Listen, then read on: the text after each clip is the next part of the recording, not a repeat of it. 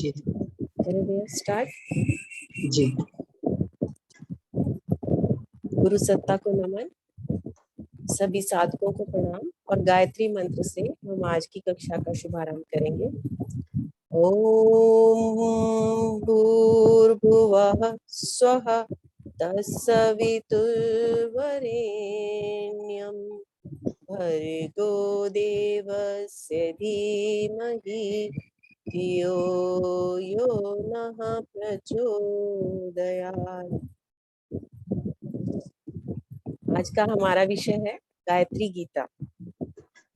तो गायत्री गीता, सबसे पहले हमें जानना होगा कि हम गायत्री को गीता यहाँ किस रूप में लिया गया है।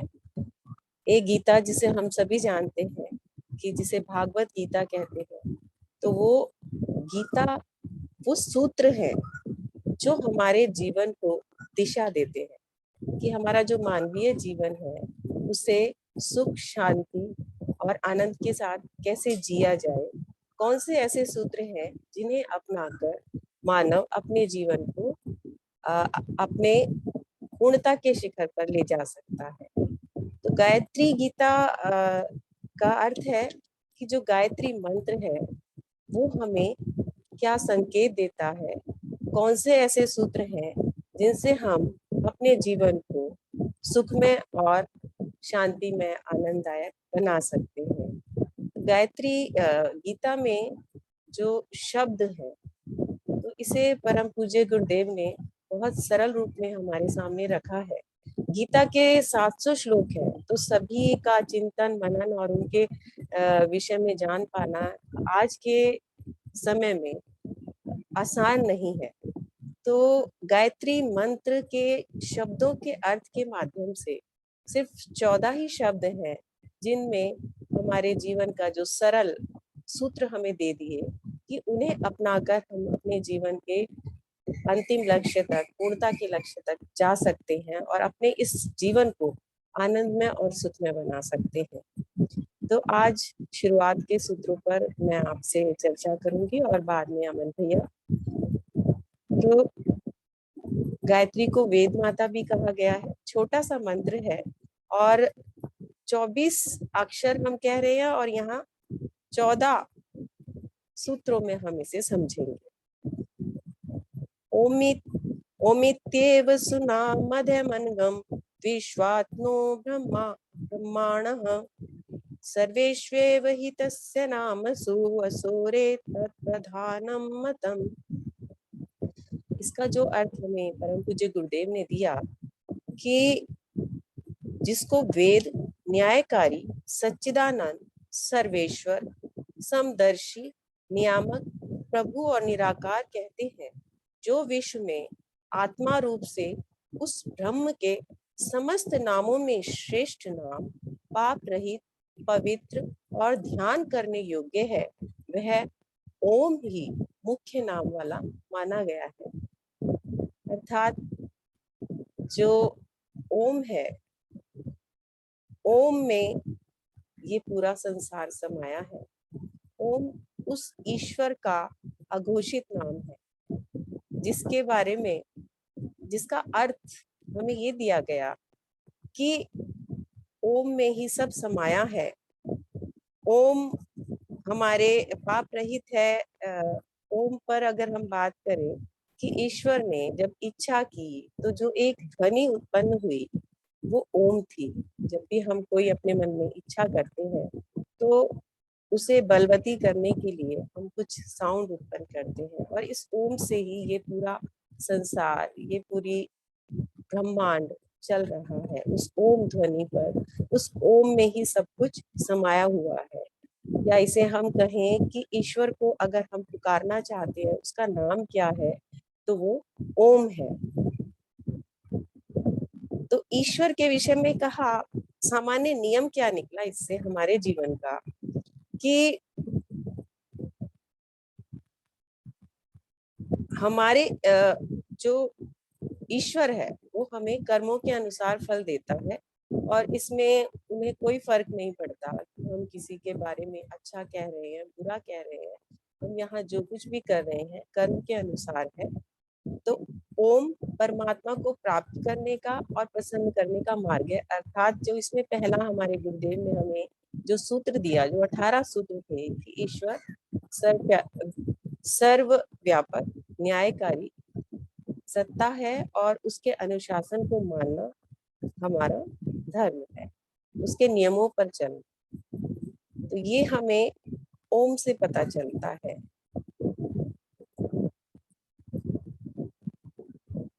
दूसरा सूत्र है पूर्वै प्राण इति ब्रुवन्ति मुनयो वेदांत पारम गतः प्राणः सर्व विचेतनेषु प्रसृतः सामान्य रूपेण च। प्राण को भूः कहते हैं। यह प्राण समस्त प्राणियों में सामान्य रूप से फैला हुआ है। इससे सिद्ध है कि यहाँ सब समान है, अतएव सब मनुष्यों और प्राणियों को अपने समान ही देखना चाहिए। तो भूहु को प्राण कहा गया है और सब हम जितना भी ये पसारा देखते हैं इसमें एक ही प्राण व्याप्त है, चाहे वो जड़ हो चेतन हो। जितने भी प्राणी देख रहे हैं, पशु पक्षी जो कुछ भी हमारे आसपास है, उनमें एक ही प्राण दौड़ता है। तो इससे हमें अपने जीवन में किस मानसिकता को लेकर चलना है और किस सूत्र को अपनाना है कि भेद दृष्टि हमें खत्म करनी चाहिए।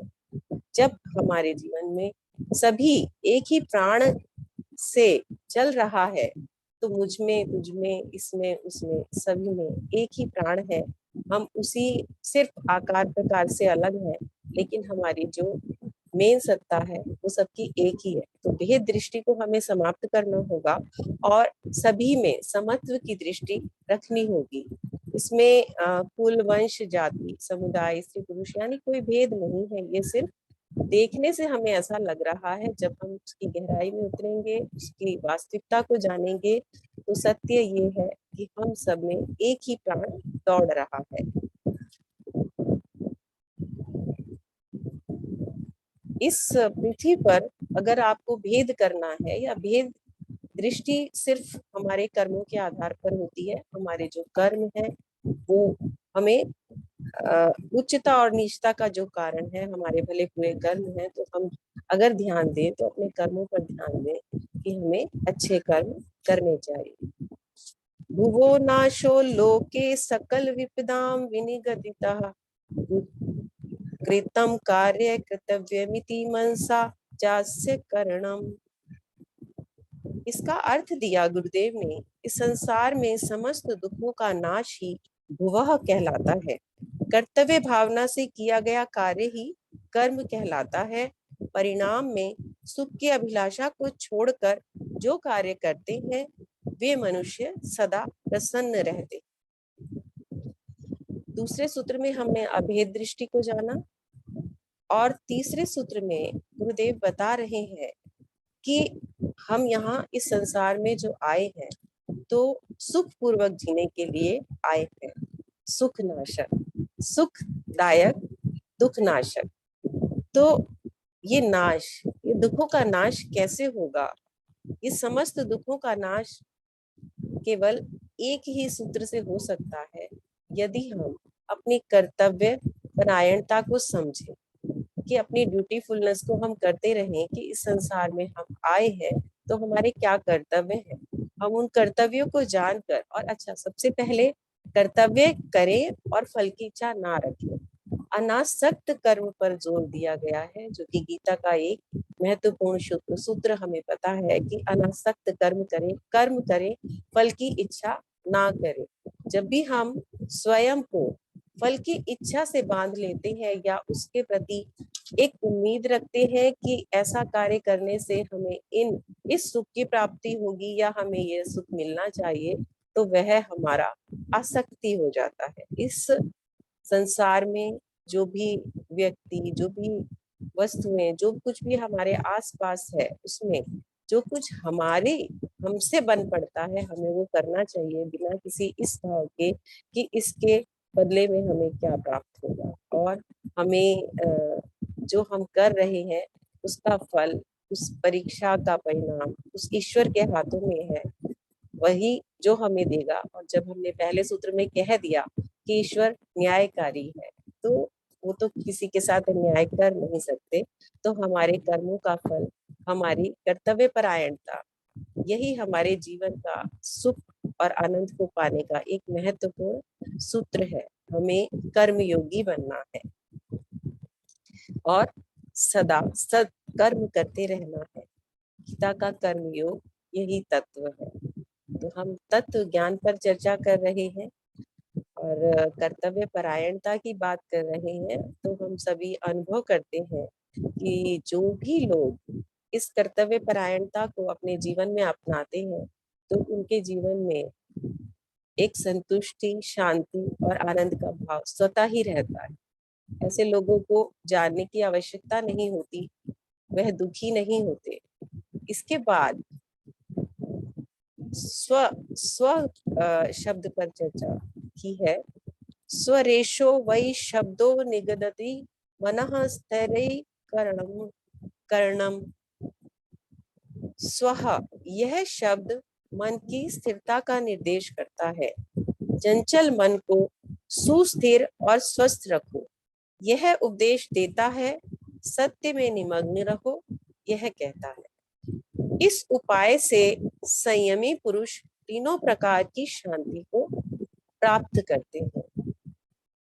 ये महत्वपूर्ण सूत्र है, क्योंकि यही हम जो सुख दुख का जो कारण मेन आता है हमारे सामने, जहाँ परेशान होते हैं, ये मनोमय की बात कही गई है कि हमारा जो मन है उसे हमें स्थिर रखना है। चंचल मन, या जब भी हम अपसेट होते हैं, हमारी मनोदशा सही नहीं होती या उसमें ऊपर नीचे कुछ भी होता है, तो हम उन कार्यों को सही प्रकार नहीं कर सकते।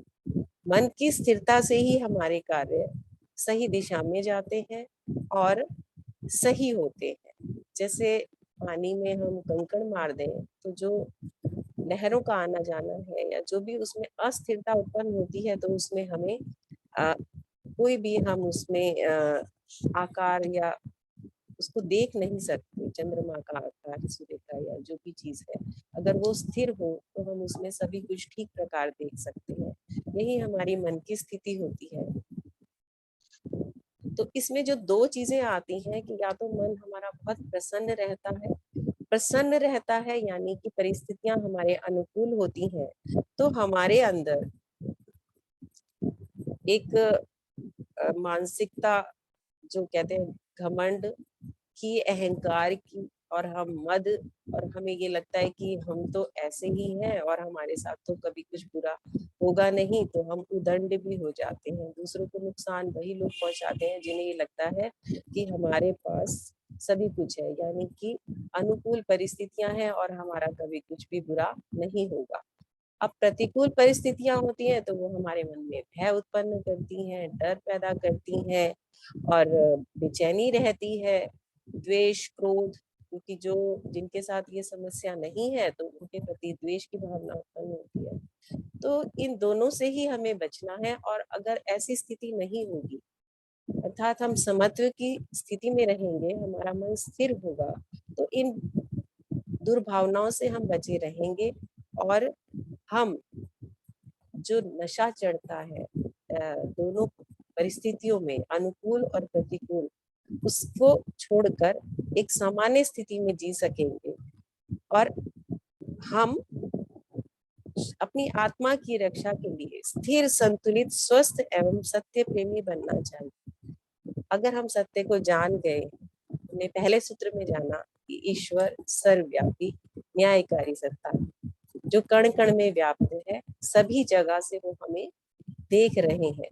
जब ये भावना, ये विचार हमारे भीतर रहेगा, तो हम स्थिर मन से कार्य कर सकते हैं कि हमारे हर कर्म को ईश्वर देख रहा है, तो हम गुप्त रूप से भी कोई भी गलत कार्य नहीं कर सकते, तो हमारा मन स्थिर रहेगा। तो ये एक महत्वपूर्ण सूत्र है। ततो वै निष्पत्ति ही सबुवि मतुमानु पंडित वरह। ये तत् शब्द की व्याख्या यहाँ की गई है। गुरुदेव ने कहा, तत्शब्द यह बतलाता है कि इस संसार में वही बुद्धिमान है जो जीवन और मरण के रहस्य को जानता है, भय और आसक्ति रहित जीता और अपनी गतिविधियों का निर्माण करता है। तत्व बहुत ही महत्वपूर्ण है। जीवन मरण का रहस्य, अर्थात हम इस संसार में क्यों आए हैं। हमारा ये प्रथम कर्तव्य भी है कि हम जानें कि यहाँ कुछ भी अकारण नहीं है, हर चीज का कुछ कारण है, और हम जानने की जिज्ञासा भी नहीं रखते, दुखी है, परेशान है। तो सबसे पहले हमें उस सत्य को जानना है, उस सत्ता को जानना है और अपने स्वरूप को पहचानना है। इसका अर्थ है कि हम सभी ये तो जानते हैं कि मृत्यु कभी भी आ सकती है, लेकिन फिर भी हम निडर रहते हैं, या कहिए कि गलत कार्य करते हुए हम विचार नहीं करते। जैसे ही हमें पता चलेगा कि हमारे जीवन का उद्देश्य क्या है, तो हम जान जाएंगे कि ये जीवन बहुत अल्प है। हम नहीं जानते कि कब हमें यहाँ से जाना पड़े। तो इस सुर दुर्लभ मानव जीवन का हमें श्रेष्ठतम उपयोग करना। श्रेष्ठतम उपयोग ये कहा गया कि समय हमारे पास सीमित है और निश्चित है, लेकिन हमें ये पता नहीं है कि वो निश्चितता की सीमा कितनी है। किसी भी पल, किसी भी समय हम इस आवरण को छोड़कर जा सकते हैं। तो हमें इस जीवन का सदुपयोग करना है, उस समय को पूर्णता, पूरा गुड यूज करना है अपने समय का। ये जानकर, जैसे ही हम जानेंगे कि ये हमें ये जो जीवन मिला है, ये आत्मिकी को जानने के लिए मिला है, स्वयं को जानने के लिए मिला है। और हम स्वयं क्या है कि ये शरीर नहीं है, शरीर नहीं है, आत्मा है, और आत्मा अजर अमर है। तो शरीर भाव में ना रहना और अपने आत्म स्वरूप को जानना, और आत्मा क्या क्या कर सकती है, उसकी क्षमताओं के विकास को और इस संसार के लिए उसका सदुपयोग किस प्रकार से हो सकता है, उसके विषय में जानना, समझना, अपने जन्म और मृत्यु के कारणों को समझना, ये तत्व हमें बताता है। जो ये सोच लेते हैं कि इस शरीर से हम सब कुछ कर रहे हैं, ये शरीर ही हमारा सब कुछ है, तो ये ठीक नहीं है। निर्विवाद सत्य यही है, इस जीवन का सदुपयोग करें और ये माने कि इस मृत्यु के पश्चात भी आगे भी जीवन है। तो उस तथ्य को जानना, इस जीवन की उपयोगिता को जानना और आने के कारण को जानना, ये हमारा प्रथम कर्तव्य है। हमें जिज्ञासा रखनी चाहिए, और जैसे बाबूजी कहते हैं कि जिस स्वरूप में वह जिज्ञासा होगी, उसी स्वरूप में वह जल्दी ही पूरी भी हो जाएगी। जिज्ञासा ही हमें आगे तक ले जाती है, समझाती है, और अपने आत्म स्वरूप को जानने के लिए हमारे अंदर जिज्ञासा का होना बहुत ही जरूरी है। तो अपने जीवन का सदुपयोग करें। फिर ऐसा हम देखते हैं कि जब हमारे सामने कोई लक्ष्य होता है, कोई उद्देश्य पूर्ण करना होता है, तो हम अपनी सारी क्षमताओं को झोंक देते हैं। चाहे वो शिक्षा का क्षेत्र हो, चाहे वो कुछ करने का हो, हमारे सामने जब कोई ऐसी स्थिति आ जाती है जब हमें लगता है कि अब हमें करना है या मरना है, लेकिन रोज रोज हम इस स्थिति में रह नहीं पाते। हम देखेंगे कि उस समय हमारी क्षमताएं कितनी बढ़ जाती है। कैसी भी परिस्थिति हो, कितना भी कम समय हो, हम अपने आप को उसमें पूरी तरीके से झोंक देते हैं। तो यही हमें इस वास्तविक जीवन के अर्थ को जानने में भी लगाना, अपनी क्षमताओं को पूरी तरह से लगा देना है अपनी आत्मिकी को जानने के लिए और उसे प्राप्त करने के लिए। सवितुस्तु पदम वित्नोति ध्रुवम, मनुजो बलवान सविते भवेत्, विषया अनुभूति परिस्थितियों वै सदात्मन एव गणेदिति सह। ये सवितु की व्याख्या की है। यह पद बतलाता है कि मनुष्य सूर्य के समान बलवान होना चाहिए और सभी विषय तथा अनुभूतियां अपनी आत्मा से ही संबंधित है। ऐसा विचारना चाहिए। जब हमने सत्य को जान लिया, जन्म मरण के रहस्य को पहचान लिया, तो अब इसके बाद हमें क्या करना? हमें सूर्य भगवान के समान बलवान बनना और मनुष्य को भी सूर्य भगवान की तरह ये अपने आप को प्रकाशवान बनाना है और इस संसार को भी प्रकाशित करना है। हमें ये समझना होगा कि सभी विषय और अनुभूतियां ये हमारी आत्मा से संबंधित है। तो अपनी आत्मा के प्रकाश को, अपनी आत्मा की सामर्थ्य को समझेंगे, विचार करेंगे, तो हम इस संसार में कैसी भी परिस्थितियां उत्पन्न हो जाएं, इसमें हमारा भाग्य या हमारे कर्म, सिर्फ हमारे कर्म के अनुरूप ये जीवन हमें मिला है, उसी के हिसाब से हमारे सारे परिस्थितियां जो बनती हैं, जो वातावरण बनता है, वो सब हमारे कर्म के आधार पर है, हमारा कर्म फल है। लेकिन हमें उसे अपने योग्य, अपने को हमें उन परिस्थितियों के अनुकूल बनाना है। हम सोचते हैं कि हमें किसी ने बता दिया कि हमारा अच्छा होगा, बुरा होगा, हम सावधानी बरत लेंगे तो शायद ऐसा नहीं होगा, लेकिन कर्म का फल अवश्य ही मिलता है। तो हमें स्वयं को इस प्रकार गढ़ना है, गलाना है, ऐसा बनाना है कि परिस्थितियां कैसी भी हो, हम उसका सामना कर सकें। तो इसके लिए आत्मनिर्माण किस है जो हमें इन सब परिस्थितियों से बचा पाएगा? अपनी आत्मा को जानकर, अपने आत्म परिष्कार, आत्मनिर्माण, यही हमारे जीवन का उद्देश्य होना चाहिए। सविता के समान बनना है और हमारी जो परिस्थितियां होती हैं, जो हम दैवीय जो हमें सहायता मिलती है, वो सब हमारे विचार, हमारे भाव, यही जैसा हमने अपने आत्म स्वरूप को जान लिया उसी के अनुरूप मिलती है।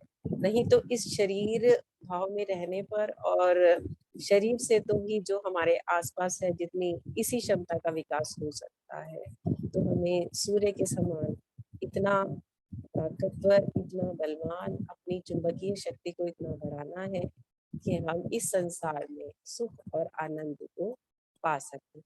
इससे आगे अमन भैया लेंगे। धन्यवाद।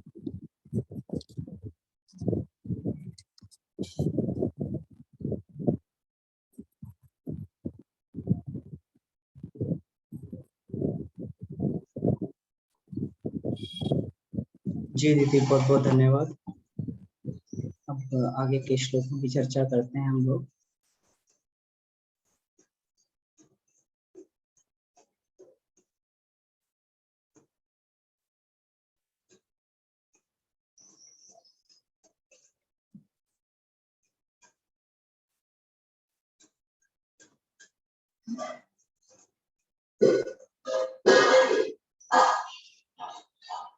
एक बार इसको गायत्री महाविज्ञान को सामने खोल भी लेते हैं इसको और देखते जाएंगे इसको।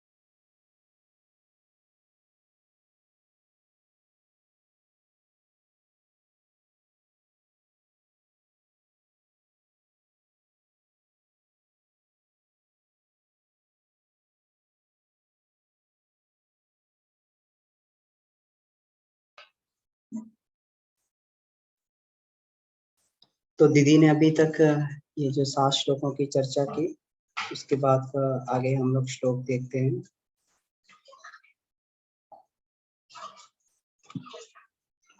गीता का मतलब होता है ईश्वर के मुख से निकला हुआ गीत। तो वास्तव में जो ईश्वर के मुख से निकली हुई वाणी होती है उसको श्रुति होती है, और जो व्यक्ति उसको सुन लेता है और सुनकर उसके अनुसार चलता है वो अपने जीवन में कभी कुछ गलत नहीं करता। इसमें ये कबीरदास जी भी कहते हैं, शब्द निरंतर मनुआ राता मलिन वासना त्यागी। जब ईश्वर की वाणी में व्यक्ति लय हो जाता है, जब ईश्वर की वाणी सुनकर उसके अनुसार वह आचरण करने लगता है, तो जीवन में भटकाव की स्थिति बहुत कम रह जाती है।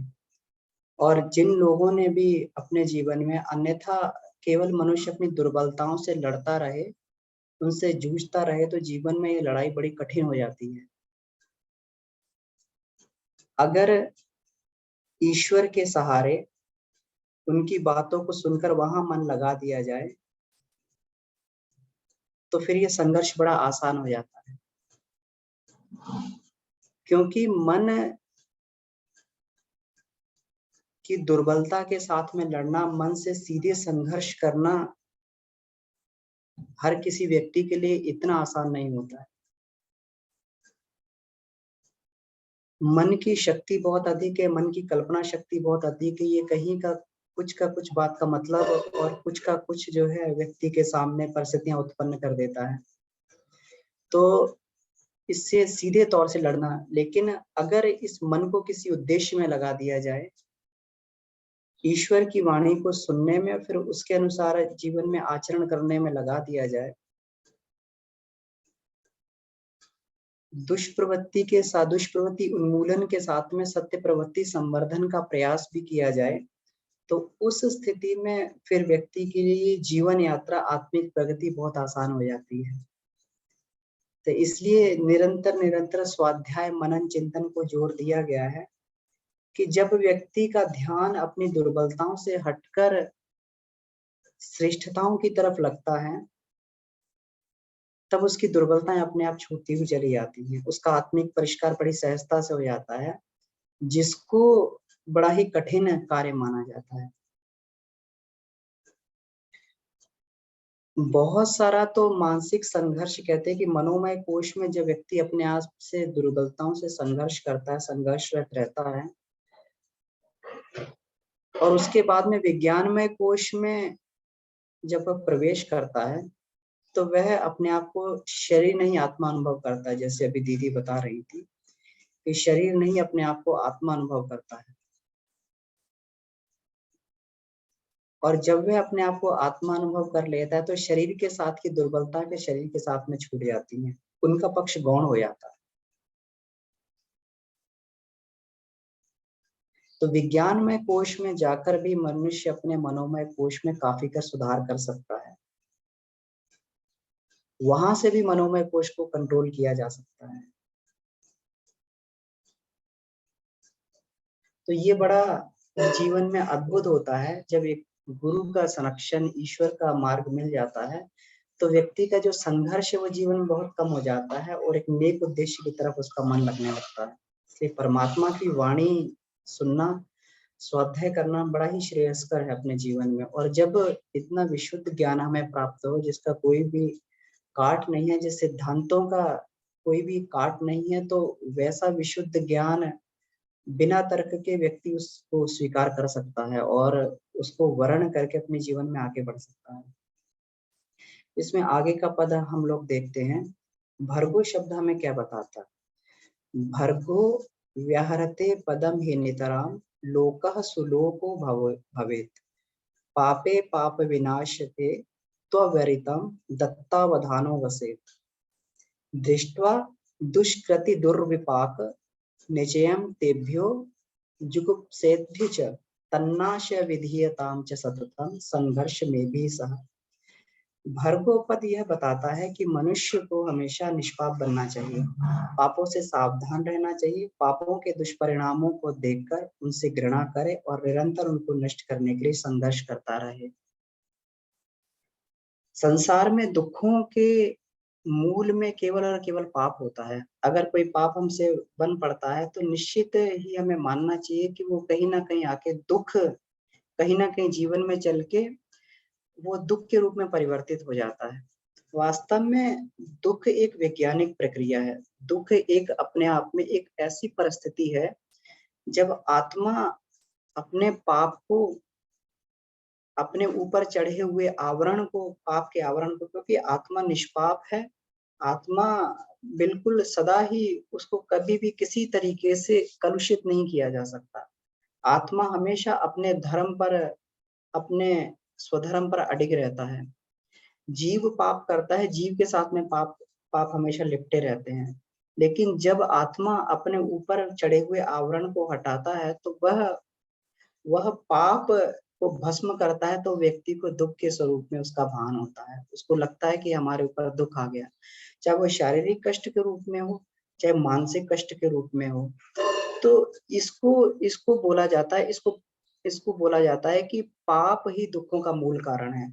और उस पाप को अगर जीव स्वयं अपने कर्मों के द्वारा, अपने कार्यों के द्वारा जब उसको जलाने का प्रयास करता है, तब उसको प्रायश्चित बोलते हैं, तपश्चर्या बोलते हैं। और प्रायश्चित और तपश्चर्या में तो पापों का हमें ये कष्ट तो भोगना ही है। अगर उस कष्ट को तपश्चर्या के प्रायश्चित के रूप में उठा लिया जाता है तो व्यक्ति के आत्म तेज में भी वृद्धि होती है, उसके उत्साह में भी अभिवर्धन होता है। तो दुख से अधिक अगर तपश्चर्या के रूप में से भोग लिया जाता है तो व्यक्ति को बड़ा ही इसमें सुविधा रहती है। लेकिन सभी प्रकार के दुख का कारण इसमें पाप ही बोला गया है। अब ऐसा नहीं है कि जब महापुरुष लोग भी दुखी रहते हैं तो क्या उन्होंने पाप किए हैं? इसमें एक बड़ा ही तथ्य इसमें समझाया गया है कि अगर महापुरुष भी दुख उठा रहा है, तो संत भी दुख उठा रहा है, तो हो सकता है किसी दूसरे के पापों का प्रायश्चित करने के लिए।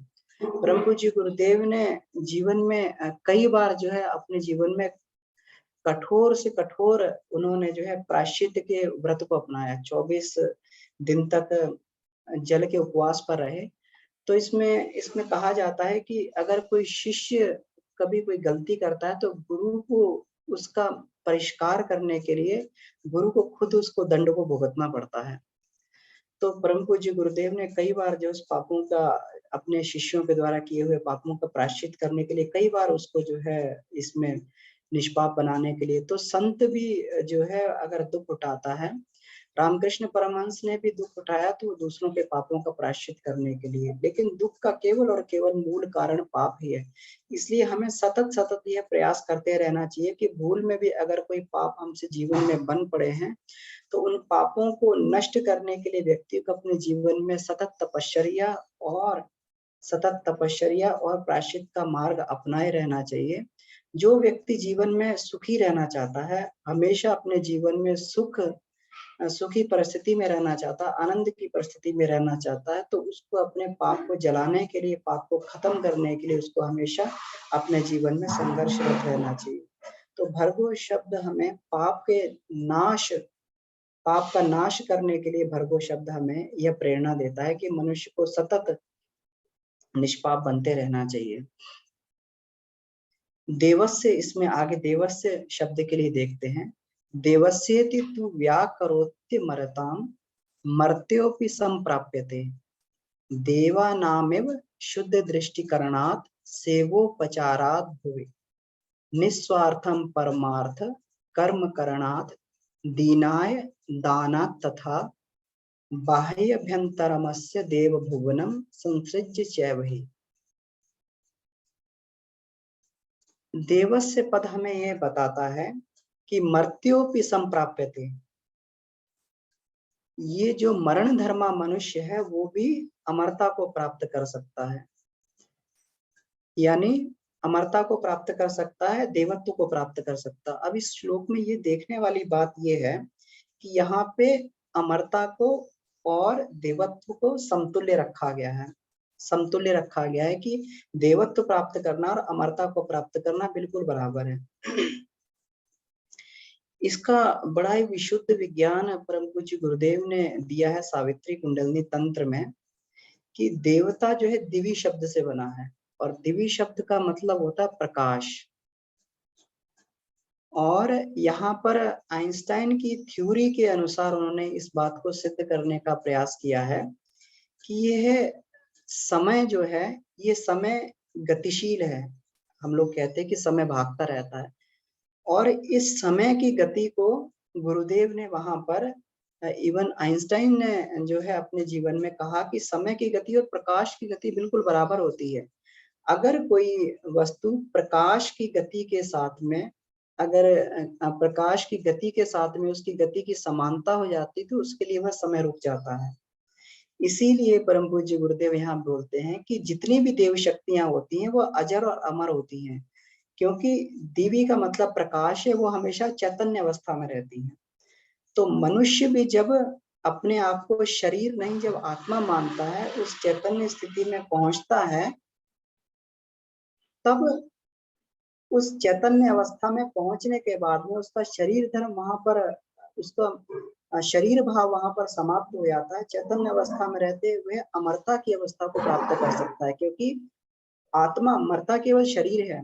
और जब शरीर भाव में वह जी रहा था, शरीर भाव में खप रहा था, तब वह शरीर के क्रियाकलापों को देखकर धीरे धीरे मृत्यु का वर्ण कर रहा था। लेकिन जैसे ही वह आत्म भाव में स्थित होता है, चैतन्य भाव में स्थित होता है, तब वह अमरता को प्राप्त करता है। लेकिन अमरता को और देवत्व को यहाँ पर समतुल्य बताया गया है। यानी जिसको भी अमरता को प्राप्त करना है, उसको देवत्व को अपने जीवन में धारण करना पड़ेगा। अब देखिए, देवत्व को धारण करने के लिए देवत्व कैसे धारण किया जाए? ये कहना तो आसान है कि देवत्व को धारण कर लिया जाए, लेकिन उसके कौन से विशिष्ट सूत्र हैं, उसका कौन सा फार्मूला है कि उस फॉर्मूले को अगर चला जाए तो व्यक्ति अपने जीवन में देवत्व को धारण कर सकता है। तो इसमें ये कहा गया है, देवा नामिव शुद्ध दृष्टिकरणात्, देवताओं की तरह दृष्टि को शुद्ध कर लिया जाए। यानी इसमें जो कहते हैं कि हम लोग मंत्र बोलते हैं, ओम भद्रम कर्णेभिः शृणुयाम देवा भद्रम पश्येमाक्षभिर्यजत्रा, जहां जहां भी हमारी नजर जाए, वहां वहां केवल और केवल ईश्वर को ही देखा जाए, और वहां संसार में लिप्त ना हुआ जाए, हर प्राणी के अंदर ईश्वर को देखा जाए। तो इस दृष्टि को जब व्यक्ति विकसित करता है, तो देवत्व की तरफ वो आगे कदम बढ़ाता है। सेवा उपचार आदि भुवि, सेवा करने से जो है प्राणियों की सेवा करने से व्यक्ति आगे देवत्व की तरफ बढ़ता है। निस्वार्थ परमार्थ कर्म करणार्थ, निस्वार्थ अपने जीवन में, निस्वार्थ और परमार्थ कर्म करने से वह अपने जीवन में देवत्व की ओर बढ़ता है। दीनाय दानत तथा, जो हमसे कमजोर हैं, दीनहीन है, निर्बल है, उनकी सहायता करने से व्यक्ति देवत्व की तरफ बढ़ता है। तो इसमें जो है ये चार जो इसमें महत्वपूर्ण सूत्र बताए गए, इनसे बाहर और भीतर व्यक्ति के देवलोक की सृष्टि होती है, और ये संसार ही उसके लिए स्वर्ग बन जाता है। वह इस जीवन में रहते हुए भी वह अमरत्व को प्राप्त करता है, और शरीर छोड़ने के बाद में वह हमेशा अमरत्व, अमरता वाले पद पर वो स्थापित होता है। उसकी उसकी गाथाओं को जो है हमेशा हमेशा उसको गाथाओं को गाया जाता रहता है। उसका अपने चिंतन चरित्र व्यवहार को लोग अपने जीवन में अपनाकर और उसके व्यक्तित्व को हमेशा जीवित रखते हैं। तो देवस्य शब्द हमें ये अमरता पर चलने का सूत्र बताता है, देवत्व को धारण करने का सूत्र बताता है। आगे इसमें कहा गया है, धीमहि सर्वविधम शुचि, धीमहि सर्वविधम शुचि शक्ति च वयम इत्युपदिष्टतः नो मनुजो लभते सुख शांति मनेन विनेति वदन्ति ही वेदा। तो धीमहि का आशय यह है कि हम सभी लोग अपने जीवन में, अपने हृदय में पवित्र शक्तियों को धारण करें। वेद कहते हैं कि इसके बिना मनुष्य सुख शांति को प्राप्त नहीं करता। हमारा एक बड़ा सिंपल सा एक सूत्र रहता है जीवन में कि अगर सुख शांति प्राप्त करनी है तो सांसारिक वैभव को, सांसारिक पदार्थों को इकट्ठा किया जाए। एक बड़ी ही विडंबना इस समय में जो है हम सभी के सामने है, समाज में है, कि हम सभी लोग चाहते हैं कि हमारे जीवन में हमारे जीवन में स्वयं हम खुद हमारे बच्चे जो हैं अधिक से अधिक ऐसा करें कि अधिक से अधिक बड़े संसाधनों को अपने जीवन में इकट्ठा कर पाएँ। जिस प्रकार से हम सभी लोग अपने बच्चों को भी ये समझाते हैं कि बेटा जीवन में जो है एक अच्छी सी कॉर्पोरेट सेक्टर में जॉब लगनी चाहिए, एक अच्छी नौकरी होनी चाहिए, बड़ा सा बड़ा पैकेज होना चाहिए और उसी को हम जो है उसके जीवन में प्राथमिकता देते हैं। जब बच्चा शुरू से उसको केवल और केवल यही शिक्षा दी जाती है कि तुम्हें अपने जीवन में एक अच्छा आगे चल के नौकरी करनी है और एक अच्छा पैकेज प्राप्त करना है। तो हम उसको महापुरुष बनाने की बजाय उसको उसके जीवन में पैकेज पुरुष बनाने की तरफ उसको हमेशा धकेलते रहते हैं। लेकिन उसके जीवन में जो उसके जीवन में, उसके बचपन में, उसकी किशोरावस्था में जो उसके अंदर संस्कारों का संवर्धन करना था, उसके अंदर सत्प्रवृत्तियों का संवर्धन करना था, तो वो कहीं न कहीं हम लोग भूल जाते हैं और एक ही पक्ष को, केवल सांसारिक पक्ष को महत्व देते हैं, उसको जो आगे बढ़ाते रहते हैं। जबकि ऐसा नहीं है। व्यक्ति संसाधन संसाधन हमें हमारे जीवन में स्वतंत्रता देते हैं। कुछ भी खरीदने की, कुछ भी अर्जित करने की, कुछ भी प्राप्त करने की हमें स्वतंत्रता देते हैं। लेकिन इसका कोई भी गारंटी नहीं है कि उन संसाधनों को प्राप्त करके व्यक्ति अपने जीवन में सुख शांति को ही प्राप्त कर लेगा। बहुत सारे लोग अपने जीवन में बहुत-बहुत बड़े पैकेजेज़ उनके होते हैं। बहुत बड़े-बड़े उनके जो है संसाधन उनके पास में होते हैं, लेकिन उनका शारीरिक स्वास्थ्य देखा जाए, उनका मानसिक स्वास्थ्य देखा जाए, उनके अंतःकरण अगर देखा जाए तो अंतःकरण कलुषित होता है, मानसिक स्वास्थ्य से वो लोग परेशान रहते हैं और शारीरिक स्वास्थ्य उनका गड़बड़ा जाता है। तो व्यक्ति को अगर अपने जीवन में सुख शांति प्राप्त करनी है, तो आज से ही अपने जीवन में अच्छी हैबिट्स और गुड हैबिट्स को अपनाना चाहिए कि किस प्रकार से हमारा शरीर स्वस्थ रहे। बच्चों को सबसे पहले ये सिखाना चाहिए कि हमारे शरीर स्वस्थ कैसे रह सकता है, हमारे विचार अच्छे कैसे बन सकते हैं।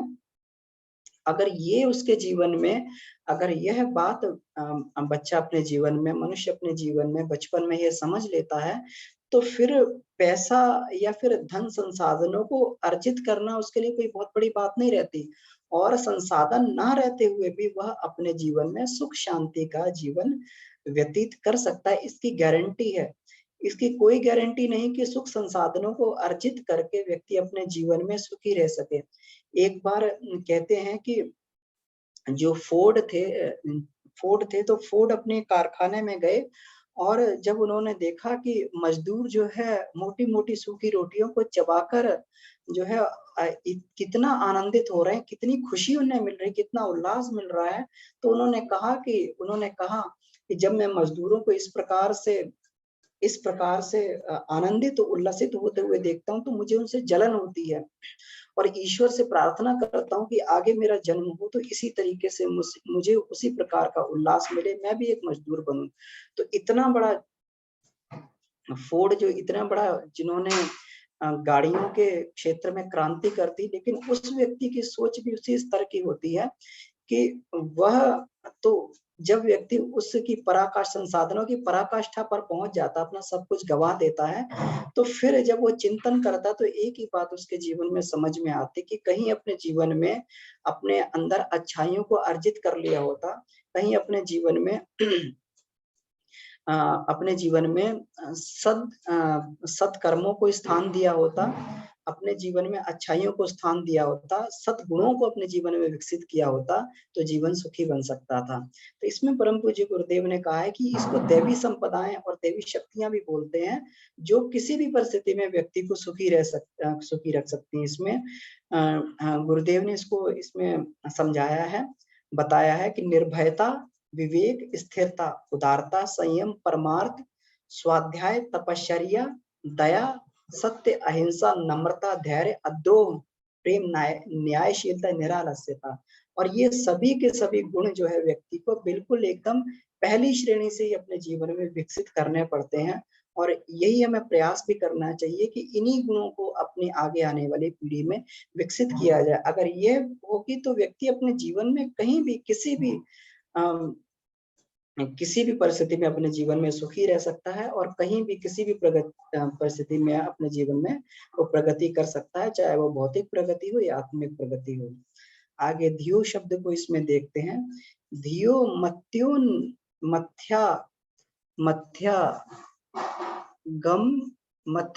निगम मंत्रान सुमतिमान विजायनीयात् तत्त्वं विमल नवनीतम परमव्य यत्योऽस्मिन् लोके वै संशयगत विचार स्थलशते मति शुद्ध वाइच्छा प्रकटयति सत्यम सुमनसे। मध्या आगम निगम मंत्रान, मतलब धियो शब्द हमें यह बताता है कि वेद शास्त्रों को पढ़कर और अपनी बुद्धि से मथ कर और विमल नवनीतम परमेव, उस तत्व को, उस मक्खन रूपी तत्व को जानने का प्रयास करना चाहिए, क्योंकि वही शुद्ध बुद्धि से ही केवल सत्य को जाना जा सकता है।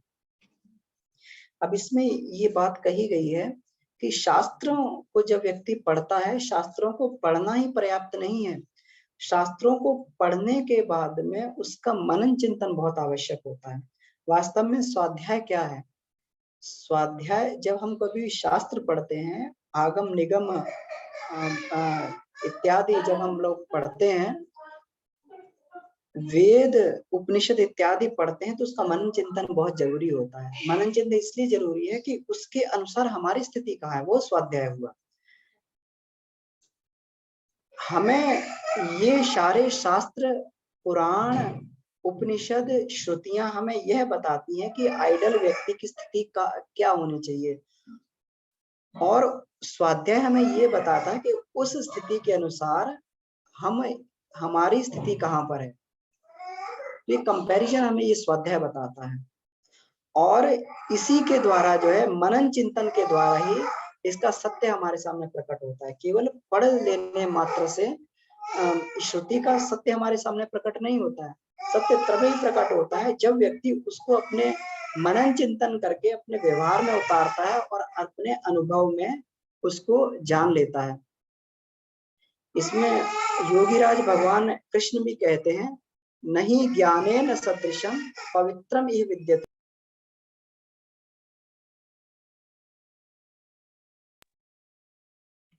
योगीराज भगवान कृष्ण भी कहते हैं, नहीं ज्ञानेन सदृशम पवित्रम इह विद्यते तत्स्वयं योग संसिद्धि कालेन आत्मनि विद्यते, कि ज्ञान के समान पवित्र करने वाली कोई वस्तु नहीं है, लेकिन वो ज्ञान इस तरीके से प्रकट नहीं होता है, ज्ञान पढ़ने से नहीं आता है। तत्स्वयं योग संसिद्धि कालेन आत्मनि, बहुत योग का अभ्यास करने से, यानी प्रैक्टिकल करने से वो अपने आप अपने अंदर प्रकट होता है। तो हमें शास्त्र का मनन चिंतन करने के बाद में जो सत्य प्रकट होता है, उस सत्य के अनुसार अपने जीवन में उसमें जीवन में आगे बढ़ना चाहिए। पतंजलि महर्षि ने एक श्लोक इसमें बोला है कि ऋतंभरा तत्व प्रज्ञा, प्रज्ञा बुद्धि मतलब शुद्ध बुद्धि, और ऋतंभरा बुद्धि मतलब सत्य को जानने वाली बुद्धि, कि जब व्यक्ति योग करता हुआ आगे बढ़ता है, तब जाकर वह हमारी बुद्धि जो है इतनी परिष्कृत हो जाती है, तब वो सत्य को, एब्सोल्यूट ट्रुथ को वह जान सकती है। तो ये जितनी भी मान्यताएं, शास्त्र की मान्यताएं होती हैं, जितने भी उपनिषद वेदों के सूत्र होते हैं, तो वो सूत्र को व्यक्ति सत्य बुद्धि के द्वारा जानकर तब अपनी परिस्थितियों पर एप्लीकेबल, क्योंकि हर परिस्थिति में हर सूत्र एप्लीकेबल नहीं होता है। वो व्यक्ति तभी ये जान सकता है कि ये सूत्र हमारे लिए उपयोगी है कि नहीं उपयोगी है, जब वह अपनी बुद्धि के द्वारा मंथन करके उस सत्य को जान लेता है। और उसी, क्योंकि हर काल में हर सूत्र उपयोगी नहीं होता है। इसमें योग ऋषि ने जो उदाहरण दिया है कि सर्दी में गर्मी के कपड़े और गर्मी में सर्दी के कपड़े इसमें एप्लीकेबल नहीं होते हैं। व्यक्ति सर्दी के समय गर्म कपड़े पहनता है और गर्मी के समय हल्के कपड़े पहनता है। तो ये परिस्थितियों के अनुसार ही हर एक चीज की जो है उपयोगिता व्यक्ति समझ पाता है। लेकिन उपयोगिता तभी समझ पाता है जब उसकी बुद्धि विवेक बुद्धि हो, जब सत्य जानने वाली बुद्धि हो। तो व्यक्ति को अपने बुद्धि के परिष्कार करते हुए, मनन चिंतन करते हुए सत्य को जानने का हमेशा प्रयास करते रहना चाहिए। आगे योनः सूत्र को इसमें व्याख्या करते हुए लिखा है, योनो वास्तितो शक्ति साधन चयो न्यूनाधिकाशाथवा भागम न्यूनतम हि तस्य विदधते मात्म प्रसादाय च यत् पश्चाद वशिष्ठ भागमखिलम त्यक्त्वा फलाशाम हृदय तद्दीनेष्वभिलाषवसु वितरेद ये शक्तिना स्वयं। उपनिषद यह कहता तेन त्यक्ताम भुज्यते, यानी जो भी हमें ईश्वर ने संसाधन दिए हैं, सांसारिक संसाधन दिए हैं, ये बहुत अच्छी बात है कि हमने बहुत कमा लिया, लेकिन ये बहुत अच्छी बात नहीं कि वो सारा कमाया हुआ अपने लिए खर्च कर लिया। ईश्वर जब हमें कोई संसाधन देता है तो हमारे लिए, केवल मात्र हमारे लिए नहीं देता। बहुत सारे ऐसे लोग हैं कि जो अपनी प्रतिभा से उन संसाधनों को अर्जित नहीं कर सकते, तो फिर उनका क्या होगा? अब मान लीजिए एक मजदूर व्यक्ति है, वो पूरा दिन मेहनत करता है और पूरा दिन मेहनत करके भी उसको उस प्रकार के रिसोर्स, उस प्रकार का उसको अपने परिश्रम का मूल्य उसको उतना नहीं प्राप्त होता है, जिससे वो अपने जीवनचर्या को, अपने दायित्व को पूरी तरीके से निभा पाए। तो इस स्थिति में समर्थ व्यक्ति को ये दायित्व बनता है कि वो अपने संसाधनों से, अपनी विद्वता से, अपने गुणों से दूसरों की मदद करें। ऐसा नहीं है कि भगवान ने हमें प्रतिभा दी है तो पूरी की पूरी प्रतिभा को हम केवल और केवल अपने ऐश में, आराम में, भोग में या अपने अहंकार पुष्टि में खर्च कर दें। अपने लिए इसमें ये बोला गया है कि जो भी न्यूनाधिकाश अथवा, कि या तो हम न्यून कमाएं या अधिक कमाएं, जो भी न्यून अथवा अधिक जो भी हम कमा रहे हैं उसके न्यूनतम भाग को ही अपने लिए, उसके न्यूनतम भाग को ही अपने लिए प्रसाद रूप में खर्च करें। बाकी जो भी उसके बाद में बच जाता है उसके पूरे के पूरे भाग को निस्वार्थ भाग से समाज के लिए लगा दें। तभी जीवन में आगे सत्य प्रवृत्ति संवर्धन तभी हो सकता है। अच्छे नागरिक को यह चाहिए कि अपने जीवन में जो भी संसाधन को अर्जित किया गया है उन संसाधनों को अधिक से अधिक भाग उनका लोक कल्याण में लगाए। जब ईश्वर चंद विद्यासागर को कहते हैं कि जब उनका जीवन बड़ी कठिनाई में बीता, बहुत ही कठिनाई में उन्होंने अपनी पढ़ाई पूरी की, लेकिन जब वह एक अध्यापक के पद पर जब वो आसीन हुए, जब उन्हें नौकरी मिली तो उनको 500 रुपए महीना मिलता था, लेकिन 500 रुपए महीना वो अपने लिए खर्च नहीं करते थे। 450 रुपए, 50 रुपए अपने लिए खर्च करके 450 रुपए जो है वो निर्धन छात्रों के लिए खर्च करते थे, जिनके पास पढ़ाई के संसाधन नहीं थे। उनको मिट्टी का तेल उपलब्ध करवाना, उनको उनके निर्वाह के लिए संसाधन उपलब्ध करवाना, तो इस तरीके के कार्य वो अपने जीवन में करते रहते थे। इसीलिए उनका जीवन, इसीलिए हम उनको याद करते हैं, उनका व्यक्तित्व इसलिए महान बना और एक आदर्श अपने पीछे छोड़ गए। तो महापुरुष हमेशा, एक अच्छा नागरिक, एक अच्छा व्यक्ति हमेशा अपने आसपास का ध्यान रखता है, और धर्म भी हमें ये आदेश देता है कि अगर इतना नहीं, ईश्वर चंद विद्यासागर जितना नहीं, तो कम से कम 10% तो अपनी सैलरी में से निकाल कर और उसको अच्छे कार्यों के लिए हमें सतत हमेशा लगाते रहना चाहिए। तो इससे व्यक्ति को अपने लिए ही उपभोग करने का इसमें दोष नहीं लगता, और उसके साथ में उसका परमार्थ कार्य भी अपने जीवन में साथ में चलता रहता है। आगे के श्लोक को देखते हैं। प्रचोदयात् शब्द, प्रचोदयात् स्वम त्वितरांश मानवान् नरः प्राणाय च सत्यवर्तमने कृतम ही कर्माखिल मिथ्यमगिनाम वंदति धर्मम इति विपश्यता। तो प्रचोदयात् शब्द यह बताता है कि मनुष्य को अपने आप को तथा दूसरों को सत्य मार्ग पर चलाने के लिए प्रेरणा देते रहना चाहिए। इस प्रकार किए हुए कामों को विद्वान लोग धर्म मानते हैं। तो इसमें देखिए धर्म की कितनी बढ़िया परिभाषा इसमें युग ऋषि ने दी है कि धर्म का मतलब है दूसरे को आगे बढ़ाने के लिए, अपने को और दूसरों को आगे सतत आगे बढ़ाने के लिए प्रेरणा देते रहें। अगर मान लीजिए किसी व्यक्ति को हम संसाधन से उसकी मदद करते हैं तो हो सकता है अपने जीवन में बहुत अच्छा ना कर पाए, लेकिन अगर किसी व्यक्ति को आगे बढ़ने की प्रेरणा दे दी जाए, आगे बढ़ने की प्रेरणा दे दी जाए, तो फिर संसाधन ना रहते हुए व्यक्ति कठिन परिस्थितियों में भी अपने जीवन में प्रगति कर लेता है। महात्मा गांधी जब कहते हैं कि बचपन में मोहनदास करमचंद गांधी थे, तो उन्होंने अपने जीवन में जो है उस समय बचपन में एक नाटक जिसको सत्यवादी राजा हरिश्चंद्र का नाटक देखा और उस नाटक का उनके जीवन पर इतना प्रभाव पड़ा, तो कहते हैं कि पूरी रात वो सो नहीं पाए और उसको याद करते हुए पूरी रात वो रोते रहे कि कोई व्यक्ति इस हद तक भी जा सकता है, सत्य का जीवन में वर्ण करने के लिए इस हद तक भी जाया जा सकता है। महापुरुष यही करते हैं, वो धर्म के एक्सट्रीम पर जाकर आदर्शों की स्थापना करते हैं और फिर सामान्य व्यक्ति उनको यह देखकर कि हाँ, कठिन से कठिन परिस्थितियों में आदर्शों का जीवन में पालन किया जा सकता है।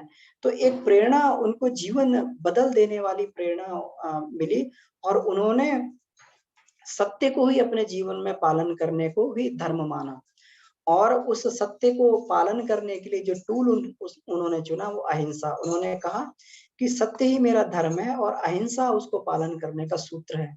तो ये 2 सूत्रों को जीवन में पालन करके वो विश्व वंद्य महात्मा गांधी बन गए। तो अपने जीवन में अगर किसी को प्रेरणा दे दी जाए आगे बढ़ने की, अपने आप को भी प्रेरणा दीजिए। अपने अपने आप को प्रेरणा देने के लिए मनुष्य को क्या करना चाहिए? रोज प्रतिदिन उसको अपने जीवन में उपासना करनी चाहिए। उपासना करने से व्यक्ति अपने आप को ईश्वर के साथ में जोड़ता है और ईश्वर क्या करता है? उसको हमेशा आगे बढ़ने की प्रेरणा देता है। जो व्यक्ति अपने जीवन में प्रतिदिन उपासना करता है, हो ही नहीं सकता उसके जीवन में कभी निराशा आए, उसके जीवन में उमंग और उल्लास उसके जीवन में कभी कमी हो। वो अपने जीवन में सतत आगे बढ़ता रहता है और उसको जो है फिर उस उपासना से मिले हुए जिसे प्रेरणा को वो उस उपासना के द्वारा, स्वाध्याय के द्वारा मिले हुए ज्ञान को जब अपने जीवन में प्रैक्टिकली इम्प्लीमेंट करता है, अपनी दुर्बलताओं से लड़ता है, संसार में संघर्ष करता है, तो उसी को साधना बोलते हैं। और जब साधना करता है, तो साधना करने के बाद में जब उसके संसाधन अपने जीवन में, साधना मतलब अपने आप को साध लेना, तो जो हमारे संसाधन बहुत कर हमारे जीवन में ये हमारे ऊपर ही खर्च हो रहे थे, संयमित जीवन जी के अपने संसाधनों को बचाता है और तब वह अपने जीवन में जाकर जो मनुष्योचित गरिमा है उसका अपने जीवन में पालन कर पाता है। मनुष्योचित गरिमा मतलब इस संसार को अपने व्यक्तित्व का निर्माण करना और इस संसार को स्वर्ग बनाना, स्वर्ग जैसी परिस्थितियों का इसमें जिसको हम लोग आराधना पक्ष बोलते हैं। तब एक साधक व्यक्ति ही अपने जीवन में आराधना कर सकता है। जो व्यक्ति खुद साधक नहीं होगा वो अपने जीवन में आराधना नहीं कर सकता, क्योंकि वो अपने सारे के सारे वो अपने ही हमेशा जीवन में उलझा रहेगा, अपने लिए ही सारे के सारे संसाधनों को खर्च करता रहेगा, वासना, तृष्णा, अहंता की खाई को पाटने में अपने जीवन में हमेशा लगा रहेगा। तो इसलिए अपने जीवन में व्यक्ति को साधना के लिए भी निरंतर खुद प्रेरित होना चाहिए। स्वाध्याय के द्वारा, उपासना के द्वारा व्यक्ति को अपने जीवन में, सत्संग के द्वारा अपने जीवन में प्रेरित होते रहना चाहिए, खुद प्रेरित होना चाहिए। और खुद प्रेरित है, अगर सही मार्ग पर आगे बढ़ गया है, चलने लगा है, तो दूसरों को भी प्रेरणा देने के लिए सतत उसको लोक मंगल के लिए आगे बढ़ता रहना चाहिए, दूसरों को प्रेरणा देना चाहिए। कोई भी एक व्यक्ति अगर हमारी दी हुई प्रेरणा से अगर उसके जीवन का सुधार हो गया, तो इससे बड़ा धर्म फिर इसमें यही सबसे बड़ा धर्म बताया हुआ है। धर्म की यही सबसे बड़ी परिभाषा बताई हुई है और विद्वान लोग इसी को धर्म बताते हैं। खुद प्रेरित होना और दूसरों को आगे जीवन में आगे बढ़ने के लिए प्रेरित करते रहना। तो गायत्री गीताम ह्येताम यो नरो वेत्ति तत्वतः स मुक्त्वा सर्व दुखेभ्यः सदानंदे निमज्जति। जो मनुष्य इस गायत्री गीता को भली प्रकार जान लेता है, वह सब प्रकार के दुखों से छूटकर सदा आनंद मग्न रहता है। जानने का मतलब इसके सूत्रों को, किसी एक भी शब्द के सूत्रों को इसमें अपने जीवन में वर्ण कर लेना। और इन्हीं 14 सूत्रों को कहा जाता है कि समुद्र मंथन से निकले हुए यही 14 रत्न है। जो इन रत्नों को अपने जीवन में धारण कर लेता है, इन रत्नों को अपने जीवन में प्राप्त कर लेता है, हृदयंगम कर लेता है, वह सदा ही आनंदित रहता है और कभी भी अपने जीवन में दुखी नहीं रह सकता। तो इसी के साथ में आइए आज की कक्षा का यहाँ अपन समापन करते हैं और हम सभी लोग प्रश्नोत्तरी सेशन में आते हैं। आदरणीय बाबूजी हमारे साथ में हैं, और तो किन्हीं का कोई भी प्रश्न हो या किसी भी जगह कोई प्रश्न बनता हो तो अपने प्रश्न को रखा जा सकता है, हम सभी लोग मिलकर उसकी चर्चा करेंगे। जी बहुत बहुत धन्यवाद।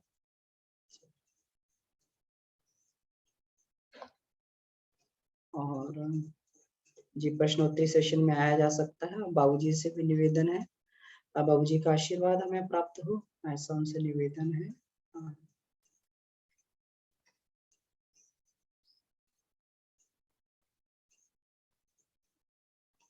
बाबूजी इसमें किन्हीं का कोई प्रश्न बनता हो तो उस प्रश्न को भी रखा जा सकता है। अपना हैंड रेज कर सकते हैं या चैट में लिखकर भी उसको डाल सकते हैं। तब तक मैं बाबूजी को इसमें प्रयास कर रहा हूँ, बाबूजी को अनेबल करने के लिए इसमें।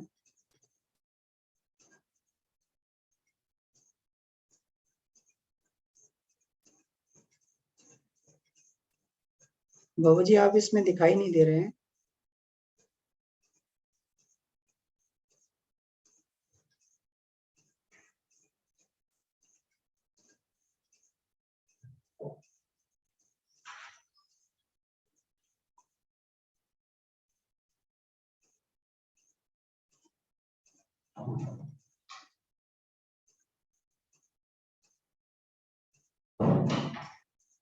हो सकता है इसमें कारणवश जो है बाबूजी को नेटवर्क वगैरह की समस्या होने से।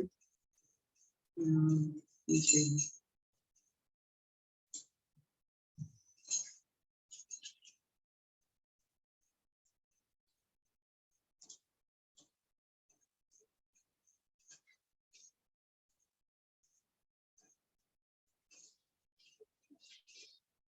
इसमें एक चैट में प्रश्न आया है, हम लोग प्रश्न पर भी चर्चा कर लेते हैं।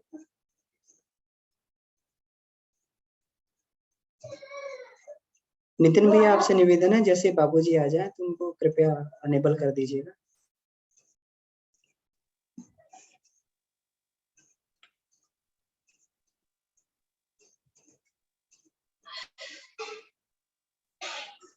हाँ, केवी दुबे जी भाई साहब ने इसमें लिखा है, कहते हैं कि रामकृष्ण परमहंस ने आत्म साक्षात्कार किया था।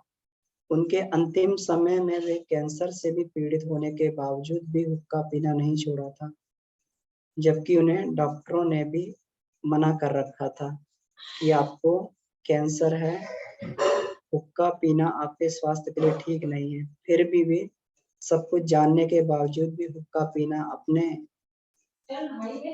शरीर त्याग होने तक नहीं छोड़ा, जिस कारण से स्वस्थ अत्यंत खराब होने के कारण उनकी मृत्यु हो गई। तो इसमें मेरा प्रश्न यह है कि उनके मन पर नियंत्रण नहीं था, या वे संयमशील नहीं थे, या किसी अन्य कारण, इसका अन्य कारण क्या हो सकता है? जी तो इसमें बहुत ही बढ़िया प्रश्न है भाई साहब, आपने इसमें ये रखा है।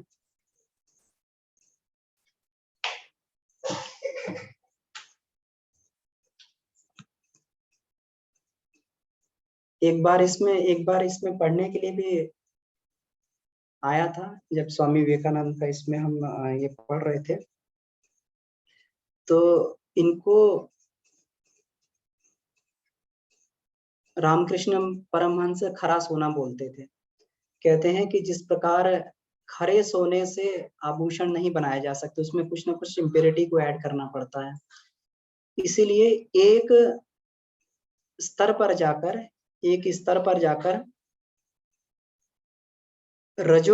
सतोगुण में भी व्यक्ति को रजोगुण और तमोगुण कुछ उसको मिश्रित करना पड़ता है, तब वह व्यक्ति जो है इस संसार में चल सकता है, इस संसार में अपने धर्म का वहन कर सकता है। वो महापुरुष थे, उनके साथ में क्या परिस्थितियां थी, तो वो उन्होंने कहा था कि स्वामी विवेकानंद जो है, किसी ने उनसे कहा कि स्वामी विवेकानंद, कई जगह ये भी वर्णन आया कि स्वामी विवेकानंद भी स्मोकिंग करते थे, या कहीं जगह उनको बक्श खाने का भी वर्णन आया है। तो उन्होंने इस बात को पुष्टि करते हुए कहा था कि स्वामी विवेकानंद एक बहुत ही परिष्कृत आत्मा है, वो खरा सोना है और खरे सोने से आभूषण नहीं बनाया जा सकता, उसमें कुछ ना कुछ इम्प्योरिटी उसमें ऐड करना पड़ता है। तो वो लोग महापुरुष थे, हो सकता है कि वो लोग इस संसार में रमण करने के लिए, संसार में, क्योंकि इस संसार की समस्याओं का समाधान करने के लिए व्यक्ति को उस स्तर का ज्ञान प्राप्त करने के लिए उस कीचड़ में एक बार उतरना पड़ता है। इसका मतलब ये नहीं कि वो उस कीचड़ में लिप्त हो गया, क्योंकि महापुरुष लोग कमलवत हमेशा व्यवहार करते हैं। भले ही वो हुक्का पीते थे लेकिन कभी हुक्के में लिप्त नहीं थे। हो सकता है उनका कोई उसके पीछे दूसरा उद्देश्य रहा, हो सकता है कि कुछ तमोगुण और रजोगुण का मिश्रण करके वो संसार में रह पाते हो, नहीं तो उनकी समाधि बहुत जल्दी लग जाया करती थी। वो किसी भी चीज को देखते थे तुरंत समाधि अवस्था में पहुंच जाते थे। कोई भी थोड़ा सा भी उसमें, एक बार कहते हैं कि गायें जा रही थी, गायें चर के आई हुई थी और शाम को वो जो है बच्चों को दूध पिलाने के लिए रंभा रही थी और तेजी से अपने गंतव्य स्थान की ओर दौड़ती जा रही थी। तो यह देखकर भी उनकी समाधि लगी और वहीं पर वो बैठ गए। तो स्वामी रामकृष्ण परमहंस सतोगुण की बहुत ही एक्सट्रीम स्थिति पर थे। वो इतनी एक्सट्रीम स्थिति पर थे कि कभी कहते हैं कि किसी ने उनका जो है एक बार उनकी परीक्षा करने के लिए उनके बिस्तर के नीचे कुछ स्वर्ण मुद्राएं रख दी थी। जैसे ही उनका शरीर से स्पर्श हुआ तो उनको इस तरीके से लगा जैसे गरम-गरम किसी ने उनके शरीर पर कुछ इसमें लगा दिया हो। तो इसमें ये कहा जा सकता है, समझा जा सकता है कि उन महापुरुषों के लिए शायद यहाँ पर पृथ्वी पर रहने के लिए या इस संसार में रहने के लिए कुछ ना कुछ तमोगुण रजोगुण का मिश्रण उनके लिए आवश्यक हो। इस संसार उन्हें उतरना पड़ता हो इस संसार की कीचड़ में, यहाँ का समाधान करने के लिए। तो इस बात को हम लोग इस तरीके से भी ले सकते हैं और उन्होंने इस बात को कई जगह उन्होंने कहा भी है।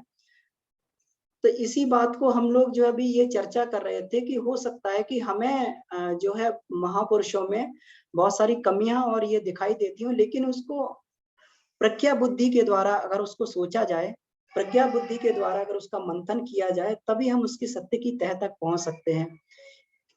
अगर हम उसको केवल बाहरी दृष्टि से देख लें तो हो सकता है कि हमें लगे कि उनका अपने मन के ऊपर नियंत्रण नहीं था। वो तो ये भी कहते थे कि मरणोपरांत भी उनके जीवन में जो है उनकी खाने की लालसा बनी रही थी, उन्हें लड्डू बहुत पसंद था तो लड्डू की मांग करते रहे थे। तो ये छोटी-छोटी उनके जीवन में हमें कमजोरियाँ नज़र आती हैं, लेकिन वास्तविक सत्य क्या था, तो इसको बहुत ही गहराई से जब व्यक्ति चिंतन करता है, तो हो सकता है वो वास्तविकता को पकड़ पाए। तो इसीलिए जो है शास्त्र में या महापुरुषों के जो अनुवर्तन में इस चीज़ को जो है इसको हम लोग को हमेशा अपनी वास्तविक विवेक वाली बुद्धि से हमें इनका चिंतन करना चाहिए। जी भाई साहब। और आप खुद भी इसमें जो है बहुत ही स्वाध्यायशील हैं, तो अपना मत जो है इसमें पुनः आगे बता सकते हैं। बाबूजी प्रणाम, जिज्ञासा को कैसे आसक्ति रहित किया जाए? तो जिज्ञासा को आसक्ति रहित करने के लिए सबसे इसमें बढ़िया जो चीज़ हमें लगती है कि इसमें कर्तव्य भाव से ही काम किया जाए। क्योंकि आसक्ति तभी व्यक्ति के जीवन में आती है जब वो अपने कर्तव्य को भूल जाता है। हमारा मनुष्योचित कर्तव्य क्या है, हमारी गरिमा क्या है? जब स्थित प्रज्ञ स्थिति में रहकर व्यक्ति अपने कर्तव्य का निर्वहन करता है, तो फिर वहाँ आसक्ति नहीं आती, चिपकाव नहीं आता।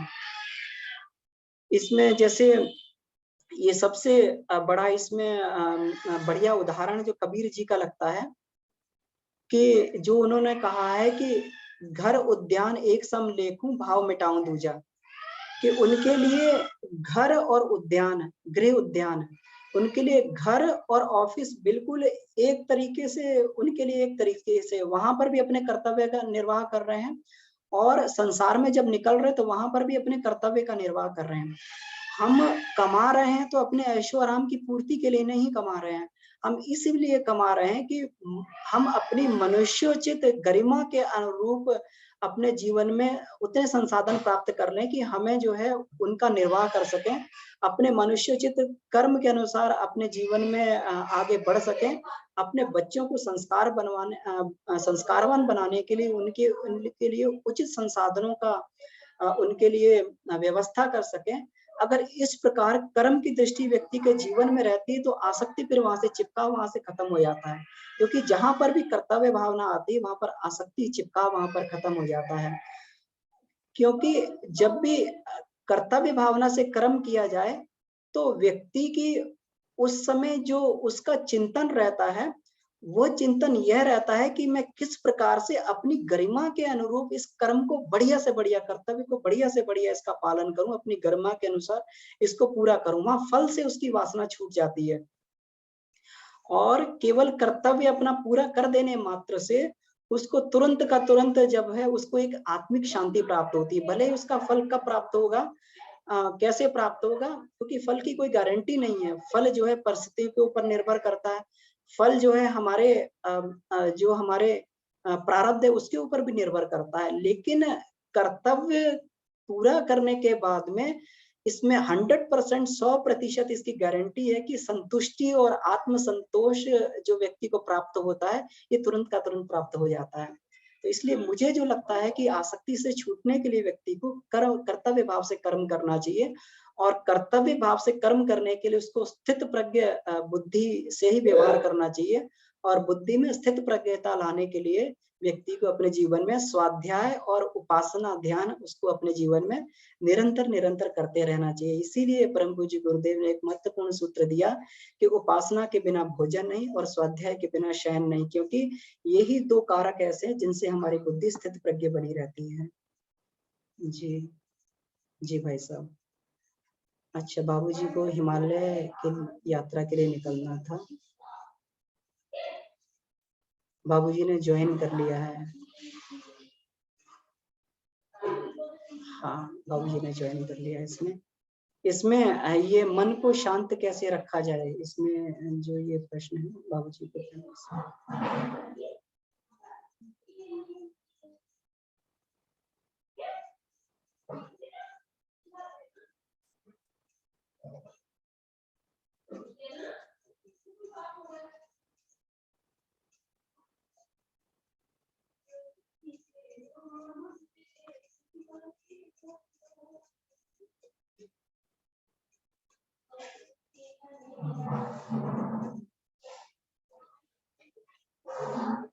जी, मैं बाबूजी को अनेबल करने का प्रयास कर रहा हूँ इसमें।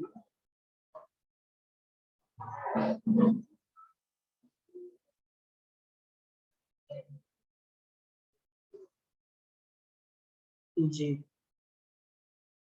तो इसमें बाबूजी अमन जी प्रणाम। वो कहाँ पर गियर फंसा है?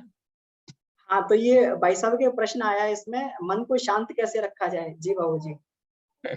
मन के ऊपरी कक्षा में प्रवेश कर जाया जाए। 91वें कोर्स में मन की पहुंच नहीं है, मन से परे है, उधर केवल शांत वाला एरिया है।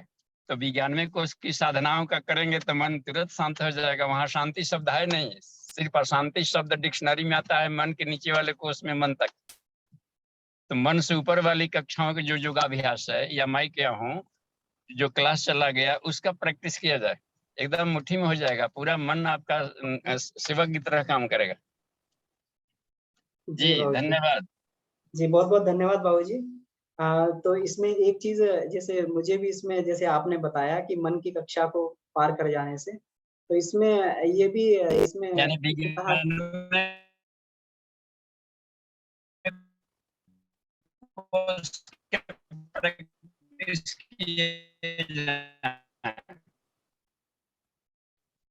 जो कि 91 कोर्स में उसका अभ्यास करने से बात पहुंची कि नहीं पता नहीं, आवाज पहुंच रही कि नहीं। जी जी जी बाबूजी। तो इसमें बाबूजी इसमें ये बता रहे हैं, वास्तव में ये बात बिल्कुल सही है कि व्यक्ति जब विज्ञान में कोश में पहुंच जाता है तो अशांति केवल मन को ही होती है, आत्मा अशांत नहीं है। वो अपने आप में नहीं, बिल्कुल मन भी अशांत नहीं रहता है, मन भी शांत हो जाता है, क्योंकि तत्व दृष्टि के अभाव में मन भाग रहा है। जी, और जी, जी। संसार के बारे में, अपने बारे में सही तत्व ज्ञान हो जाए तो मन का भागना बिल्कुल शांत हो जाता है। वो देख लेता है कि संसार में तो हर जगह घूम आए हम, कोई नया जानने को शेष नहीं है, तो शांत हो जाता है। कुछ जी, कौतूहल ही खत्म हो जाता है, क्योंकि संसार के हर चीज का रेसे रेसे की जब जानकारी हो जाए तो मन कहाँ जाएगा खोजने। मन तभी नहीं जाएगा जबकि कोई नई विषय हो। जी, बिल्कुल, बिल्कुल। जब तत्व हाँ, दृष्टि से जब इसको देख लिया जाए संसार को, तो तो उस मन का स्थिति में भाग मन दौड़ की खत्म। भाग-दौड़ बंद हो जाती है। जी, हाँ, बिल्कुल तो सही। जी, तो जी, इसलिए इसकी केमिस्ट्री को समझना ज़रूरी है। तो उसमें जो विज्ञान में कोश की साधनाएँ बताई गई है, वो करे तो, या फिर तन्मात्रा साधना करें। मन को आर-पार करना है तो तन्मात्रा साधना भी मन को शांत कर देता है। जी, जो मनोमय कोश वाली साधनाएँ हैं, जप, ध्यान, जी। त्राटक, तन्मात्रा, बस। जी, बाबूजी, वास्तव में मुझे यही लगता है कि तन्मात्रा साधना भी जो साधना है वो तत्व ज्ञान को विकसित करने के लिए है कि वास्तव में तत्व है क्या? उसकी वास्तविक दृष्टि हाँ, जो है या तत्व साधना ज्ञान पर के है। साथ लेकर हम तन्मात्राओं से खेलें। जी, तत्व ज्ञान को साथ में रहकर यदि हम तन्मात्राओं से क्रीड़ा करते हैं, खेलते हैं गेम, तो बहुत जल्द ही कमांड में आता है। जी बाबूजी। जी, हाँ, तो ज्ञान रहित तपस्या या ऐसी कर्म या प्रैक्टिस सफल नहीं होगा। जी बिल्कुल। और और ज्ञान चाहिए अपने से ऊपर कक्षा वाला का, जिस कक्षा को कमांड करना है मनोमय को, तो नॉलेज अपना जो बौद्धिक धरातल है ऊपरी कक्षा वाला होना चाहिए विज्ञानमय का, तब मनोमय का प्रैक्टिस कीजिए। जी, बिल्कुल, बिल्कुल। ये बिल्कुल सही बात है बाबूजी कि ऊपरी कक्षा से जब इसको हम नीचे वाले कोश को कंट्रोल और करते हैं। ऊपरी कक्षा में अपने को स्टेबल करने को ही योगस्थ कहा जाता है, योगस्थ गुरु कर्माणे।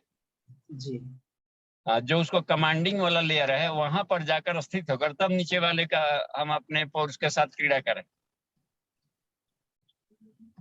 जी बाबूजी, बिल्कुल सही कहा आपने इसमें। जी, ठीक है। और कोई कहीं गियर फंसा है पूछिए। अभी हम लोग रनिंग कार में हैं हिमालय का, और जी, जी। अब्बू जी ड्राइव कर रहे हैं। जी प्रणाम भैया हाँ, प्रणाम। और पीछे मात्री बैठी हैं और आरती दी हैं। जी नमस्ते सबको। हाँ, सबको नमस्ते बोल रहे हैं। जी, और सभी को बाकी बस बहुत-बहुत में प्रणाम। सारे पार्टिसिपेंट्स जा रहे हैं। हम लोग बाई कार चल रहे हैं जी, और भी कार चल रही है, और इस तरीके से हिमालय जर्नी ट्रिप निकल पड़ा। बहुत-बहुत ठीक है। धन्यवाद बाबूजी। हाँ जी। जी। हाँ, तो इसमें और भी कोई प्रश्न बनता हो तो इसमें प्रश्न को रखा जा सकता है। इसमें बाबूजी ये एक और प्रश्न इनका केवी दुबे भाई साहब का प्रश्न आया था, तो उसको मैं पढ़ हाँ। देता हूँ। तो इसमें जो है एक बार इसको देखा जा सकता है। हम्म, कहते हैं रामकृष्ण परमहंस ने आत्म साक्षात्कार किया था। उनके अंतिम समय में वे कैंसर से भी पीड़ित होने के बावजूद भी हुक्का पीना नहीं छोड़ा, जबकि उन्हें डॉक्टर ने भी मना कर रखा था। आपको कैंसर है, हुक्का पीना आपके स्वास्थ्य के लिए ठीक नहीं है। हाँ, फिर भी सब कुछ जानने के बावजूद उन्होंने हुक्का पीना अपने शरीर त्याग होने तक नहीं छोड़ा। तो जी, जिस कारण से स्वास्थ्य अत्यंत खराब होने के कारण उनकी मृत्यु हो गई। तो इसमें हाँ, मेरा प्रश्न यह है कि उनका अपने मन पर नियंत्रण नहीं था या वे संयमशील नहीं थे? जी, ये केवी दुबे जी हाँ, का प्रश्न है। हाँ। तो यदि हम दोनों माने तो उसको भूल को सुधारने के लिए पंडित श्री राम शर्माचार्य के रूप में आए। तो क्रमशः प्रगति क्षेत्र में रहा, इन्होंने जीवन भर हुक्का नहीं पिया। तो और वेदों को नहीं जानकारी रखती थी, वेद उपनिषद को आर पार कर लिया। तो जो पिछले अवतारों की परंपरा में जो कमियां रह गई थी, इसको पूरा करने के लिए अपना गए। दूसरी बात कि रामकृष्ण परमहंस संत स्वभाव के थे, तो वो मन के ऊपर तो गए थे, लेकिन मन को एक मन के प्रति बड़े उदार थे। एक अष्टाह बेचारा आदि हो गया है, उसका तो सोचा कि ठीक है, आदि हो गया है तो ठीक है, ओके, तुमको भी हम टॉलरेट कर ले रहे हैं। लेकिन वो मन को साक्षी भाव से अपना करके लेके आगे बढ़ जा रहे हैं। तो उस तरीके से बात हमने समझ सकते हैं कि संत उदार हृदय होते हैं और उसके ऊपर सुधारक होता है और शहीद होता है। तो गुरुदेव सुधारक शहीद की भूमिका में आए। तो ये अपने चेलों में अपने भी नहीं पिएंगे, चेलों को भी नहीं पीने देंगे ये। तो इसलिए क्रमशः हमने प्रगति के क्षेत्र में आगे बढ़ते जा रहे हैं। तो संत लोग बहुत थोड़ा दयालु होता है, तो अपने मन बुद्धि चित्त अहंकार जितने स्टाफ है आत्मा का, उनमें से किसी में थोड़ी कमियां रह जाती है तो उसको सह लेते हैं और उससे प्रभावित नहीं होते हैं जी। या फिर ऐसे समझें कि दूसरों की पीड़ा हरने के लिए न जाने कितनों का कैंसर ठीक किया होगा। ये भी एक एंगल ऑफ विजन है, जी बाबूजी। क्योंकि उनको कष्ट में करा नहीं रहे थे। एक और भी बात देखी गई, हुक्का पीते थे, कांस लेते, लेकिन कैंसर वाला मरीज तो बिल्कुल छटपटाते रहता, कहाँ छटपटा रहे थे। इसका मतलब है कि दूसरे को जो पीड़ा को ढोता है वो छटपटाता नहीं है। ये भी बात हो सकती है। अच्छा, उनमें सिद्धियां थी। उनके मित्र ने कहा, गुरुदेव ने कोट किया है कि रामकृष्ण परमहंस से उनके मित्र ने कहा, मुंह बोली मित्र थे कोई, उनका नाम दिया उन्होंने, तो कहा कि तुम सारे संसार के रोगों को ठीक करता, अपना कैंसर क्यों नहीं ठीक करता है? तो कहा कि मैं इतना ये नहीं हूँ शक्तियों का दुरुपयोग करने वाला। ईश्वर ने हमें दिया ये शक्तियां अपने लिए नहीं, संसार को लुटाने के लिए दिया है, तो मैं उसका अतिक्रमण नहीं कर सकता। अपने वाला जो है प्रारब्ध हो या दूसरे का हमने पीड़ा ढो रहे हैं तो हम अपने ढो लेंगे, सह लेंगे। ये ईश्वर से प्राप्त विभूतियों को हम नहीं खर्च करेंगे अपने में। एक ये भी उदार दृष्टि सोचा जा सकता है। तो हमेशा हमें अपने महापुरुषों के प्रति एंगल ऑफ विजन रखना चाहिए हाई लेवल का, नहीं तो श्रद्धा कम होगी। अब श्रद्धा कम होगी तो फिर उससे हम ज्ञान नहीं ले पाएंगे सामने वाले से। जी बाबूजी। जी अब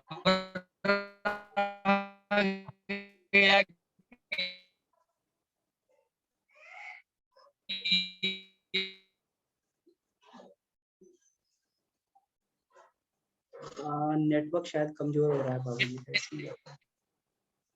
ये उनकी आदत हमें पसंद नहीं है, तो ठीक है हम अपने, लेकिन कुछ अच्छी चीजें हैं उनको नॉनवेज ले लेता हूँ। लेकिन उपनिषद में भी तो लिखा है कि मानवता को त्याग कर ही है, तो इसलिए कह दिया सकता है न ले। तो शास्त्र हो या पुरुष हो या आदर्श निष्ठ हो, उसमें हमें केवल वर्ण करनी चाहिए प्रोग्रेसिव तत्वों को। जी कह सकते हैं कि केवल सेकटर वो और बढ़िया से देता है। तो जब अनुमान ही लगाना है तो हम संत दृष्टि क्यों नहीं देखें? ईश्वर आकर के बताता है कि देखो संत भी रहता है और यदि आदत नहीं छोड़े तो भी उसको कष्ट होता है और ये दुख पीड़ा सहने पड़ता है। तो हो सकता है कि ये भी रोल करने के लिए ईश्वर है। ईश्वर ही रामकृष्ण परमहंस है, ईश्वर भी विवेकानंद है। तो ईश्वर ही जो कहा कि मैं ही चोर लुच्चे लफंगे, एक ही सारा रोल कर रहा है, तो इस रोल से हम कुछ शिक्षा लें। तो ईश्वर रामकृष्ण परमहंस के रूप में रोल करके बताया कि संत भी व्यक्ति हो और नशा का सेवन करता है तो कैंसर से नहीं भाग सकता। ये भी तो पॉजिटिव लाइन देगा। तो न जाने कितनों को एक संत ने अपने आप को बलि चढ़ा करके लाभ बचा लिया। भगवान ने भी बहलिया के रूप में तीर खाया, यानी कि भगवान भी कर्मफल की व्यवस्था से बंधा हुआ है। ये तो हम क्यों गलत कर्मों के पीछे भागें? जी बाबूजी। हाँ, तो हर एक तरीके का एंगल ऑफ विजन रखना चाहिए अपने तर्कस में, ताकि अपना माइंड बिल्कुल साफ रहे।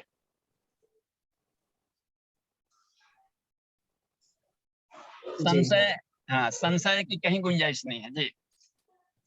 तो हमें देखना चाहिए कि कितने तरीके से इस पर अपने थॉट, पॉजिटिव थॉट रखे जा सकते हैं। क्योंकि ईश्वर कण कण में है तो और पॉजिटिव है, तो हम उसमें निगेशन के भाव क्यों रखें? निगेशन वाला अर्थ क्यों निकालें?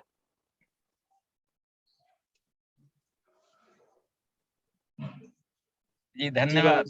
हाँ ठीक है, देवी जी को प्रणाम, आगे बढ़िए। जी जी। तो और भी किन्हीं का कोई प्रश्न हो सकता है तो अपना हैंड रेज कर सकते हैं या फिर चैट में प्रश्न पूछ सकते हैं। तो अभी बाबूजी हमारे साथ में हैं।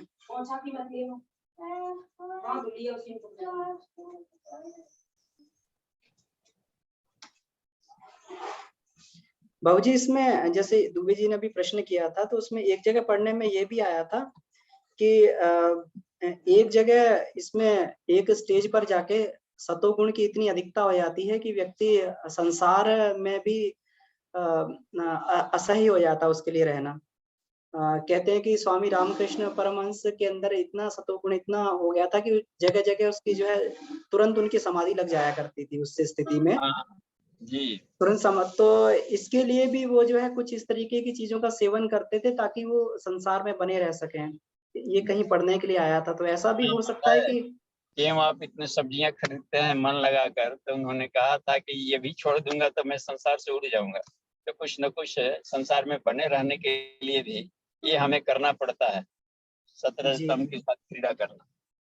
जी, जी, जी। हाँ, तो इस बात को भी उन्होंने डिस्क्लोज किया है एक जगह। क्योंकि सपना ये आर्टिकल उन्होंने सब ये ले रहे थे, उदाहरण इस पर किसी ने किया था। जी जी, क्योंकि ये उदाहरण भी उन्होंने कहीं पर दिया था कि प्योर सोने से कभी भी जो आभूषण नहीं बनाए जा सकते। तो प्योर सोने में भी कुछ इम्प्योरिटी में मिलानी पड़ती है, तभी वो आभूषण बन सकता है उसका। हाँ, चलिए नेटवर्किंग हमारा फ्लक्चुएट कर रहा है, बाहर निकल गए। जी तो बाबूजी। ठीक है, धन्यवाद, ठीक है। फिर मिलता है कल वहाँ पहुँच करके क्लास में। जी जी बाबूजी, बहुत-बहुत धन्यवाद बाबूजी। जी, धन्यवाद, जी, प्रणाम। जी प्रणाम बाबूजी।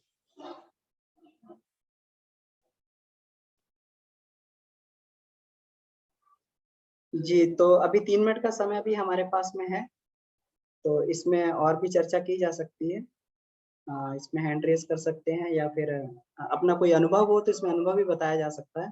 जो भी ये प्रश्न अभी बात हुई, चर्चा हुई, तो कोई अपना इसमें अनुभव भी व्यक्त कर सकते हैं, कोई भी भाई-बहन।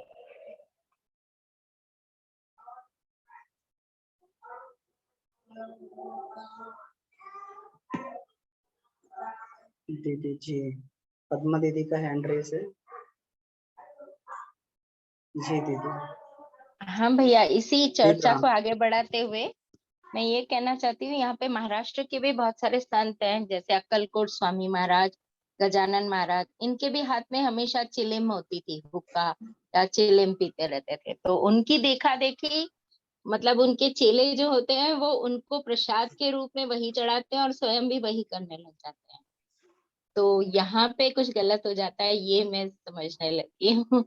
क्योंकि बहुत सारे लोगों को ऐसे मैंने देखा है जो कहते हैं कि नहीं, जब उनको प्रसाद के रूप में वो चढ़ता है तो हमें भी वही करना है। देखा देखी लोग बहुत कुछ करने लग जाते हैं, तो यहाँ पे गलत होता है, ये समझ में आता जी दीदी, जी बिल्कुल दीदी, तो इसी को सुधारने के लिए रामकृष्ण परमहंस ने ये बार बार अवतार लेने के आने की जरूरत क्या पड़ती है? है। कि इस जी, बार हर तरीके से गुरुदेव ने अपने आप को टाइट रखा। करेक्ट। हाँ, तो कुछ कमियां रहती है तभी बार बार अवतार प्रक्रिया, कुछ कला के अवतार, फिर वो संत परंपरा में थे, अवतार परंपरा में इसमें नहीं आते हैं 24 अवतारों में से। जी जी। तो नहीं, उसमें सिर्फ विवेकानंद को केवल लाभ लेना था, माध्यम बनाना था, अपने शैली से ढूंढ कर अपना काम कर लिए, कुछ तंत्र साधनाएं करनी थी। तो तंत्र साधनाओं में केवल उसकी ये है। अब पंच मकारों में से जो वामाचार है, वो जब तीनों का कमांड होता है तब अगली कक्षा में आता है, पांचवी कक्षा वो उसमें आती है वो। तो हो सकता है कि कोई गोपनीय बात को डिस्क्लोज कर दिया, ये कहने की चीजें नहीं रहती है, इसलिए उसको अपने पर से प्रैक्टिकल करता है तांत्रिक साधक। जी हाँ, तो उसमें वही जान सकता है किस भाव से खा रहा है। क्योंकि वैसे परमहंस जब नाम पड़ गया, इसका मतलब है कि कोई कहता कि मांस खा रहे हो तो उगल करके दिखा सकते थे कि देखो मैं रसगुल्ला खा रहा हूँ। तो क्योंकि उस अवस्था में जाने पर चित्त शुद्ध हो जाता है, तो वस्तुएं अपना एटॉमिक चेंज कर देती है, अपना एटॉमिक नेचर बदल देती है। तो जी उस वाले लेयर को तो हम पहुंचे नहीं है, इसलिए साधारण अर्थों में जी लेते हैं। तो उस कमी को भी पूज्य गुरुदेव ने आकर इस जन्म में दूर कर दिया कि वो भी हम भ्रम नहीं होने देंगे, होल लाइफ संगमी रहेंगे, वेद भी पढ़ेंगे। बस कबीरदास की तरह मसीह का को छुओ नहीं, इतना हम पढ़ेंगे कि इतना पढ़ेंगे कि विश्व को जर्रे जर्रे को पढ़ाएंगे। और प्रत्यक्ष बुक को पढ़ करके ऐसा किया। तो जी ये कह रहे हैं कि जो कमियां रहती है उसको दूर करने के लिए अवतारी चेतना आती है कि कहीं मिसगाइड तो नहीं हो गया पिछले अवतारों की गलतियां को देखकर। जी। हाँ जी, ठीक है, धन्यवाद। जी धन्यवाद बाबा जी। जी दीदी, बहुत-बहुत धन्यवाद प्रश्न पूछने के लिए। बाबूजी को बहुत-बहुत धन्यवाद। मीना दीदी को बहुत-बहुत धन्यवाद। तो कक्षा का समय हो गया है, तो आइए इस कक्षा को यहीं पर हम लोग समाप्त करते हैं। शांति पाठ के साथ में आप सभी का कक्षा में जुड़ने के लिए बहुत-बहुत धन्यवाद। हम सभी लोग इसी प्रकार से अपने जीवन में आत्मिक प्रगति करते रहें, इसी भाव से कक्षा का समाप्त। ओम।